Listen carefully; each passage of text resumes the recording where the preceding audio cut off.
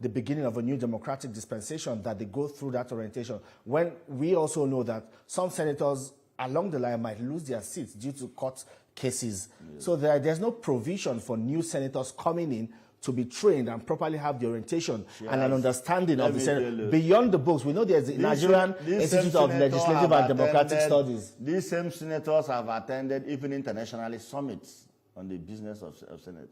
She has been in Geneva, IPU. She has been in so many international organizations, that conducted seminars for senators. She's the most traveled senator. The most traveled senator. The most traveled senator. I know she also raised an issue about not being put on foreign trips and certain privileges with her. How can she say so? I can give you in writing the trips she has taken on.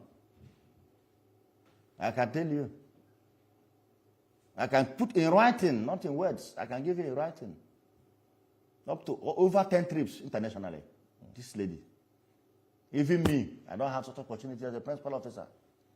But because we want to behave in a gender-friendly manner, that is why Senate President have always featured her and other female senators. Yeah, and Senator Kibe said she's the most privileged, even among the female senators. Thank you. So why the preference for Senator Natasha Akpoti?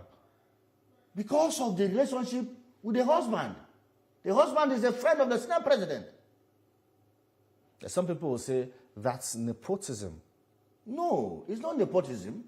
Giving her special preference because the Senate President has a relationship with her husband, putting her ahead of other senators have also been enjoying foreign trip, including Senator Kibe. But she's the most privileged because of relationship with her husband. Of course, that is the way it is. And that's a sign of weakness on the part of Senator Akpabio. It's not a sign of weakness. It is. If you feel that she will do well in such international organization, and going by the fact that she is a lawyer, so she may have advantage over others.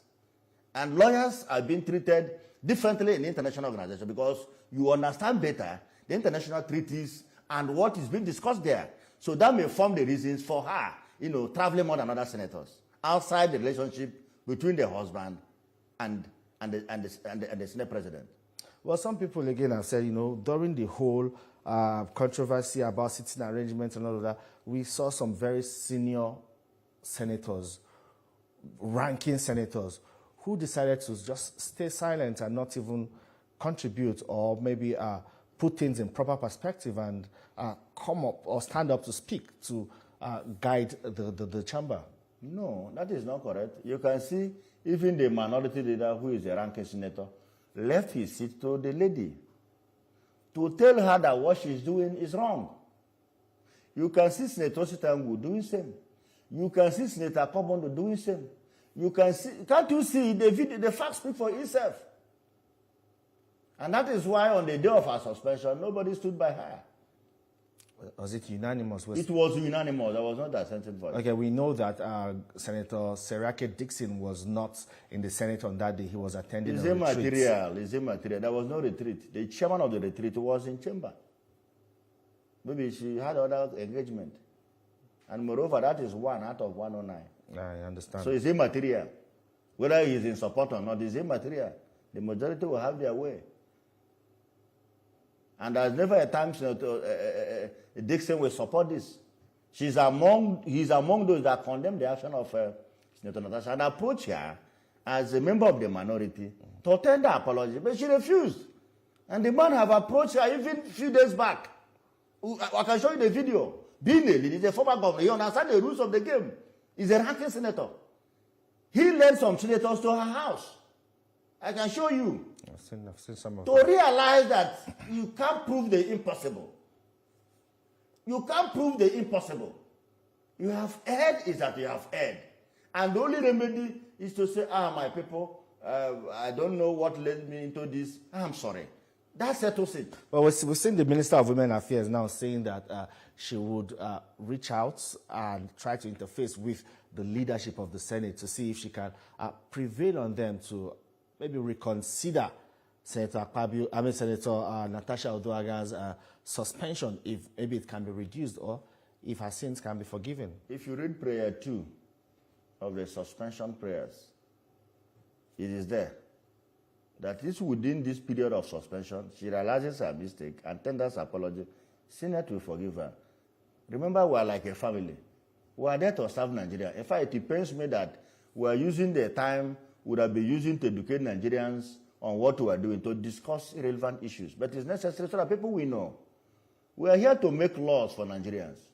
We are here to formulate policies that will guide the executive towards giving Nigerians good governance. That is our work, not to discuss a lady who is known for blackmailing people. Very unfortunate. You said blackmailing people, and now it's her against Senator Godswill Akpabio, the presiding officer. Do you feel she's being used by certain she's being used by the opposition now, it's very clear. By the opposition where? In the Senate? Of course. She's being used by the opposition outside the Senate. Okay, not inside the Senate. Not inside the Senate. What do they want? They want to destabilize the Senate. An opposition will always look for a way to distract the government. It's normal. You can see what the former Senate president says, Senator Saraki. We expected him to advise the lady. He has been a presiding officer. And when the current presiding officer, Senator Akpabio, acted this way, he resisted him and insisted that he does the right thing. And Senator Akpabio, being a normal person, realized his mistakes and tendered public apology in the chamber. So we expected the former Senate president to directly advise the lady that what she's doing is against the rules of Senate. But he abandoned the issue to start playing to the gallery, playing politics. But it's very unfortunate that leaders at that level can reduce themselves to such level. Very unfortunate. We've also seen statements from former Vice President and you have seen it. That tells you that those are the people in support of Natasha Akpoti. That is the leader of the opposition in Nigeria. Don't you know that? But we are not disturbed. But why are they after Senator Godswill Akpabio? Because there's an opportunity. This scenario is an opportunity. Because they have seen that the government of APC, under the leadership of President Bola Ahmed Tinubu, is doing well and is correcting the anomalies we had in our economic sectors. You can see the price of goods are coming down. Price of petroleum are coming down. Things are getting better. So they have nothing else to speak against APC.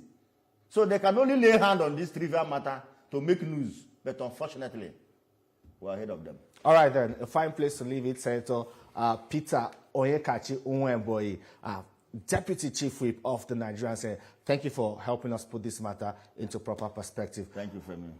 Well, that's it on the program today. And you can watch this episode again on TVC News YouTube channel. Thank you for watching. See you next time.